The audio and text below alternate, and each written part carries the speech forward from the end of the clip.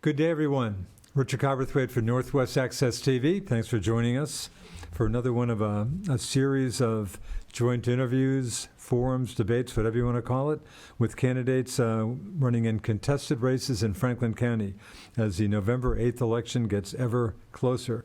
And ballots have been mailed out, so pretty much voting from now to November 8th. And we're talking to the two candidates running for the Vermont House and Franklin-6 House District. That is Fairfield, Bakersfield, and Fletcher. Two candidates, Bakersfield Democrat Brenda Churchill and Republican State Rep James Gregoire of Fairfield. Brenda, greetings, and James, greetings. Thanks for jumping on. Let's start with yourself. Give us some background on yourself. Thanks, Richard. I've retired from the phone company about 5 years ago. Became an activist working down at the State House, working on key legislation, and actually learning processes I never knew existed. Making laws is not all that easy. I also got involved with local politics, being elected to our select board, also a justice of the peace. And are you on the select board now? I am. Okay. I also took on the role of zoning administrator and worked for Northwest Fiberworks as a board member for that organization. As you know, that's the cooperative bringing fiber optic cable to 14 towns in Franklin County. Very good. Keeps me busy in retirement. Have you run for public office before? Other than of course, select board. Select board, I have to say this is my first venture into public office. Interesting. Larger public office. Rep. Gregoire, tell us you're running for a third term, James, or am I off? Third term, yep. So this is actually my fifth campaign. When I was younger, I had run twice. I was more of a diehard party adherent back in the day, and I didn't win, and I honestly didn't deserve to. But as you age, in theory, you moderate your tone, moderate your position, you start realizing that there's a lot of nuance and to legislation and to life, and unfortunately in our business there's not a lot of understanding of that, and it kind of hinders things. But there are people you can work with across the political spectrum who do understand that, and it's one of the most important things in legislation is to be able to work with people across all venues, I don't know, I said venues, but avenues and parties and ideologies, because it's only through working together with integrity and honesty that we can get things done. My background is I was a military guy, grew up farming, and my neighbor was a state rep, so I picked his brain my entire middle school through high school years and talked about it. I can tell you the game has changed a lot since back then. I've been a lister for the last 20 years in the town of Fairfield. I brought equity and fairness to that position. I also own a store I bought in 2014. Nobody else was able to do it, and the community was clamoring for the store to be reopened as a community resource. So I took a hit on my income. I left my jobs and went and opened a store. And you're still running that store today? I do still run the store today. Lots of money goes through. Not much stays with James's pocket, but we never did it for money. We did it for the community. We use it also to funnel thousands and thousands of dollars into the local community through charity. We give at least $10,000 to $15,000 a year worth of stuff just in the local community in charity. So and I have my background in education, two master's degrees in education, as well as a bachelor's in education, and I got a couple degrees in business. So I have a well-rounded experience, and just very well known in Montpelier for working across the political spectrum, and that's what I think is important. Let's stick with you, James. Two proposed constitutional amendments on the November 8th ballot. The one certainly getting most of the attention, Article 22, Proposal 5, the Reproductive Liberty Amendment. How are you going to be coming down on that? I definitely believe that how you vote is your business, and what's on my ballot doesn't matter. What does matter is that we have the right in this state to vote on that. I definitely believe in the right for the people to vote for that, and in committee I voted for it because of that purpose. Unfortunately, on the House floor, the debate started becoming more about the act rather than whether or not it should be put in front of people, and it became very partisan, and I didn't like that, and I didn't like the process, so I did vote against it on the floor. unfortunately, also that there's a lot of, on both sides, I think, some skewing of the issue. I've seen some ads that say if you voted against it, you want to ban abortion. That's not true. That's a ridiculous and asinine assertion that anybody should be ashamed to make. You know, I'm a Casey decision person, and I've said that up front. I've never swayed from that. You know, early on, it's definitely a choice, an option, and then as it goes on, the state invests state compelling interest argument becomes more compelling, and what those arguments are, that's a little above my pay grade, and I tell people that all the time. Nobody's coming to James and saying, "Do you think I should do this?" It's not my decision, but between the healthcare, the policymakers, and the woman who has to make those choices, that's where it comes in. But Sounds like they're... nobody's clamoring for abortion to be banned, and that's just a unfortunate lie that people are telling. Sounds like there's been very little controversy about Article 1, Proposal 2, prohibiting slavery and indentured servitude. Sounds like there's no... I mean, it sounds like that's going to be a pretty decisive approval for that. You run into anybody who even asked you about that? I have been asked what it was, Yeah. but nobody has been either way. Yeah. The language in the Constitution basically just says that it's not legal anyway, so cleaning it up and taking it out is not an issue. Yeah. Brenda, back to you on Article 22, Proposal 5. Again, an issue, Scott, that's received a lot of attention. Thanks, Richard. It has, and I support the amendment. Obviously, a woman should have a choice on what she does with her body. With that, again, if I had been on the House floor, I would have voted yes for it, and I'm a very strong proponent for a right to choose. I think that it's a good amendment to our Constitution enshrining a women's right, and I was appalled that the Supreme Court struck it down. You hearing anybody asking about the Article 1, Proposal 2, the slavery issue? Frankly, I think I'd have to mirror James on that with regard to people saying, what is it and why are we voting on it? Yeah. And I think it's a matter of voter education. It seems like the Article 22 has been well spoken of, but this one has not. So it's going to pass. I'm sure most people want to remove that from our Constitution. Yeah, that would seem to be a pretty safe bet. Again, you folks, Franklin-6, again, Fairfield, Bakersfield, Fletcher, one-member House district, which stayed the same, but unfortunately, I suspect the folks in Fletcher probably not real happy, I would guess, to have been tossed into the mostly Lamoille County Senate district. Did that issue, have you run into that issue from Fletcher people, or anything you can say about that issue?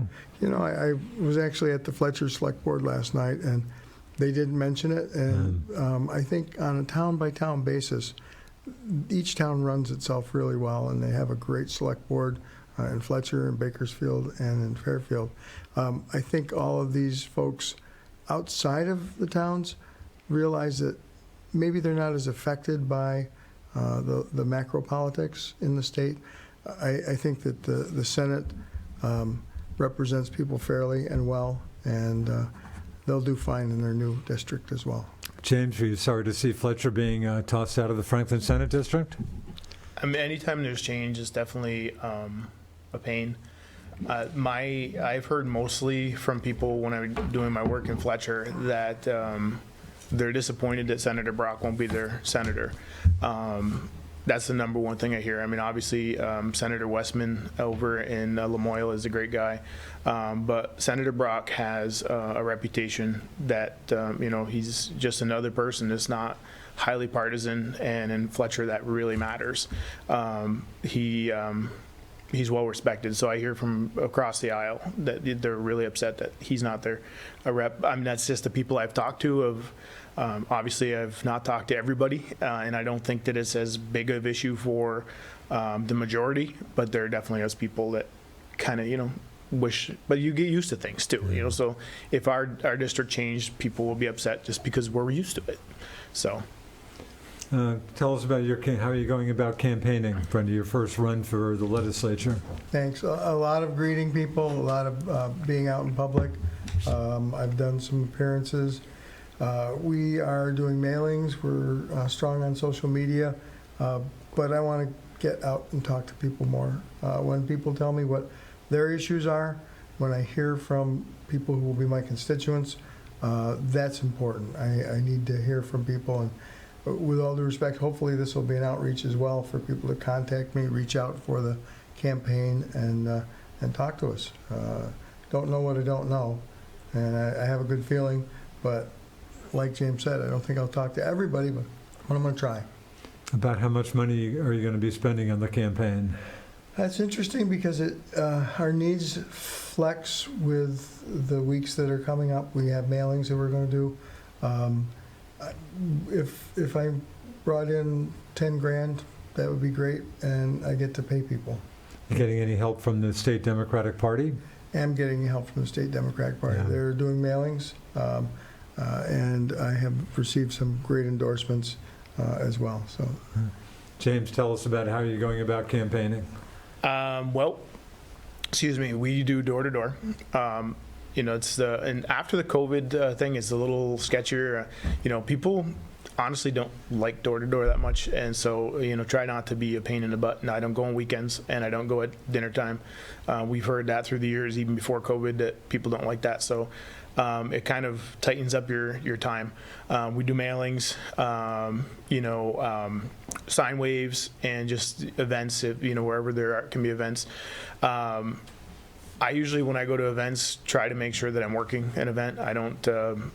And this is something I started a long time ago. I don't go to an event and just start shaking people's hands while they're eating dinner. It's fine. I don't like it to be done to me, so I don't do it to others. I know some people like it, and that's fine. We're doing those kind of things, and of course, word of mouth, and just having to spread through organic means. And how much money roughly are you going to be spending on this campaign? Probably about the same, 10 grand. And I know your next question is, do we get any help from the state party? We don't, and in Franklin County, we purposely don't. Franklin County is well known that we do things on our own. We stand on our own. We have our own brand. We are a very moderate group. We make sure that we focus on our community.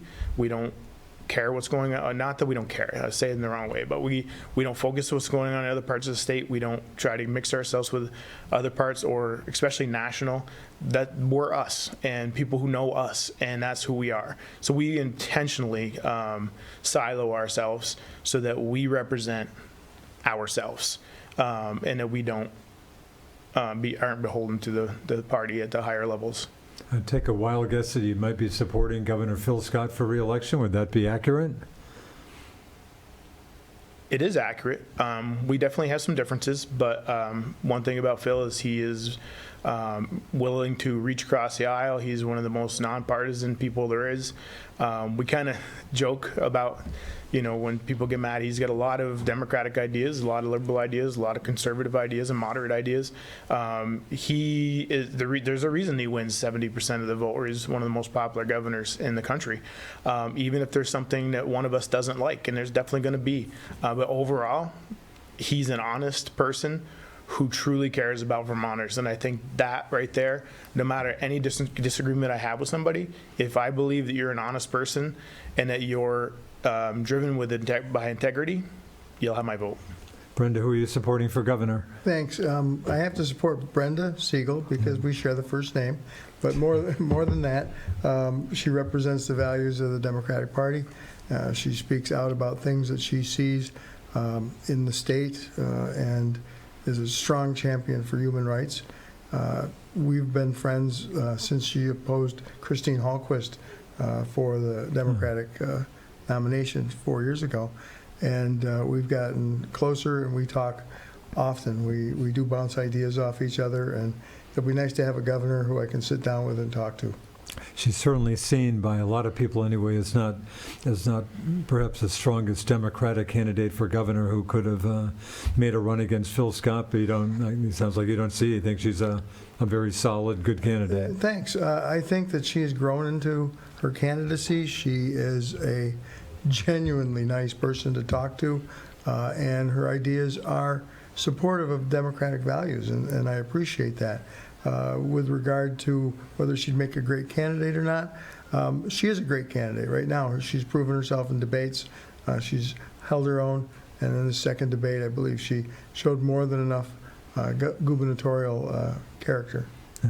James, as I hardly have to tell you, you're in a pretty significant minority in the State House, just about 2-1 Democrats. Have you got obviously Republicans are hoping to improve their numbers. Have you got a feel statewide on the possibility or likelihood of that?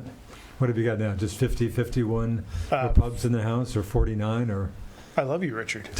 No, we have 46. No, I'm way off. 46. Yeah. There's some independents in there too. We have some independents, and of course that landscape is changing too. Some of our most the independents that were more likely to vote with us on key issues are retiring. So Barbara Murphy comes to mind, the independent from Fairfax. She goes both ways. She's definitely an independent. You know, Rep Norris, not our Rep Norris, the other one.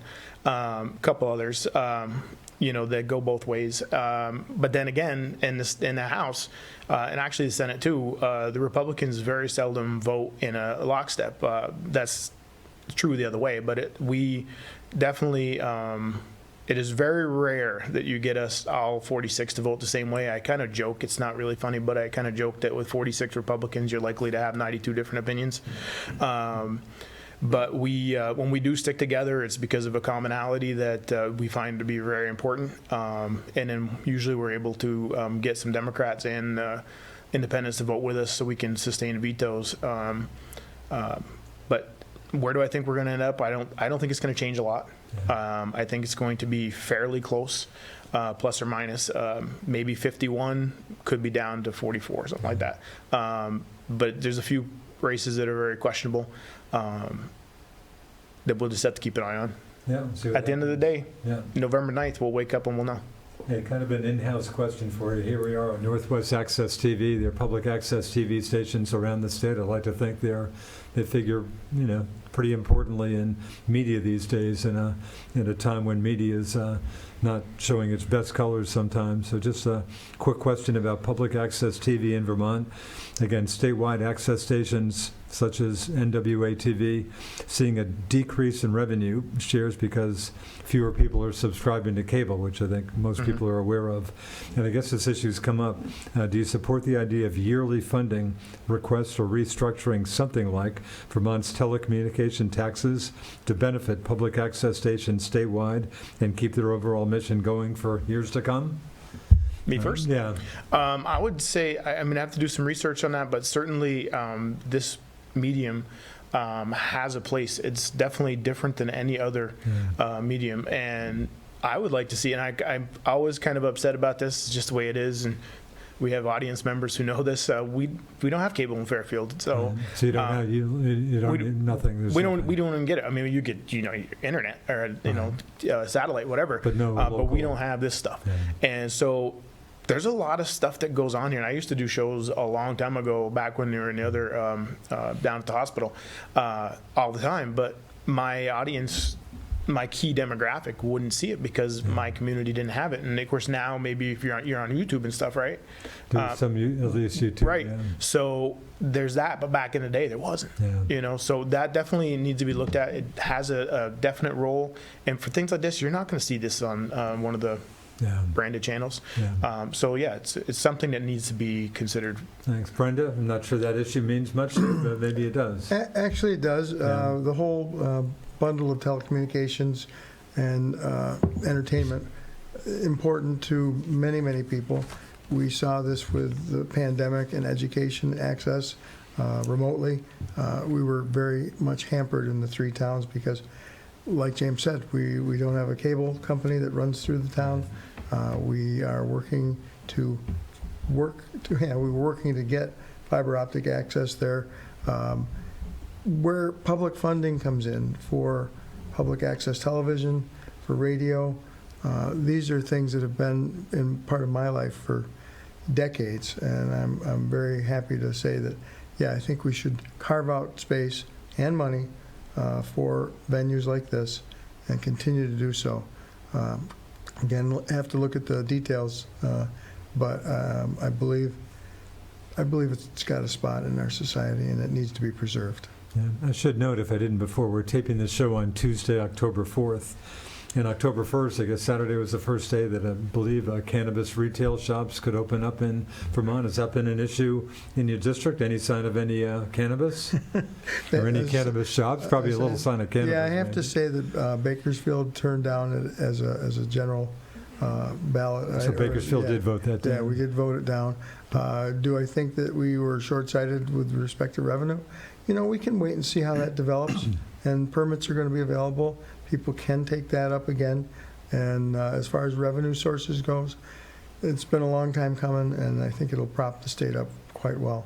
Were you surprised the vote went down in Bakersfield? Yes and no. Yeah. The three towns that I want to represent, I believe, have a very conservative value.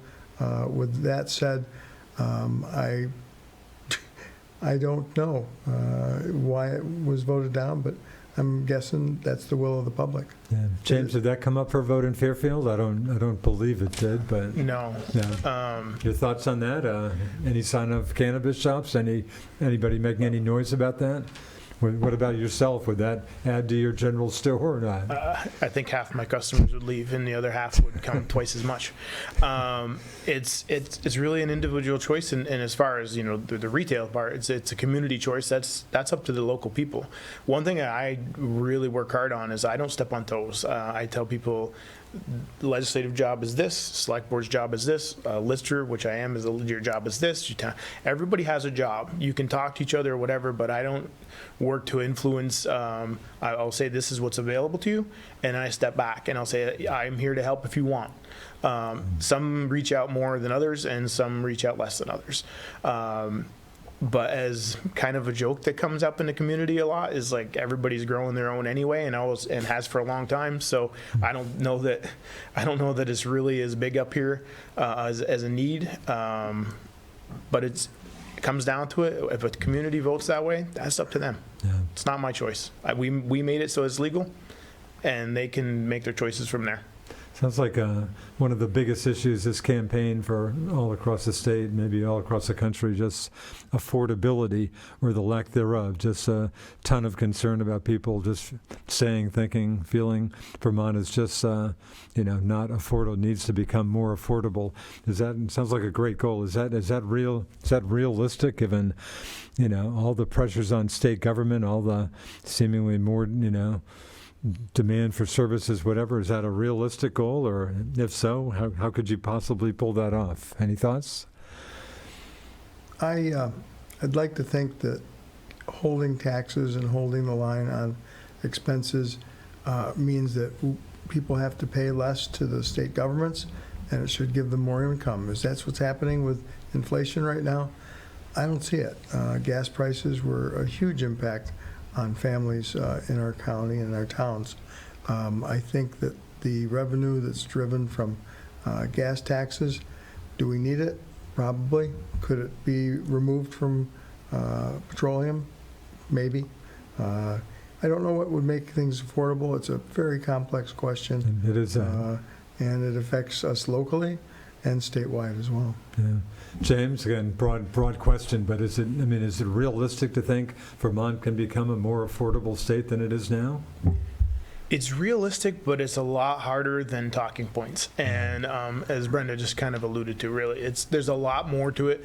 And if you get a group of people together who have very open minds and understand nuances and are willing to work together, you probably could come up with some ways to change the regulatory climate in some ways. I know as soon as you say, change the regulatory climate, and people are like, oh, you don't want regulations, or somebody else will say, oh, well, you want to regulate us out of business. There's a middle ground.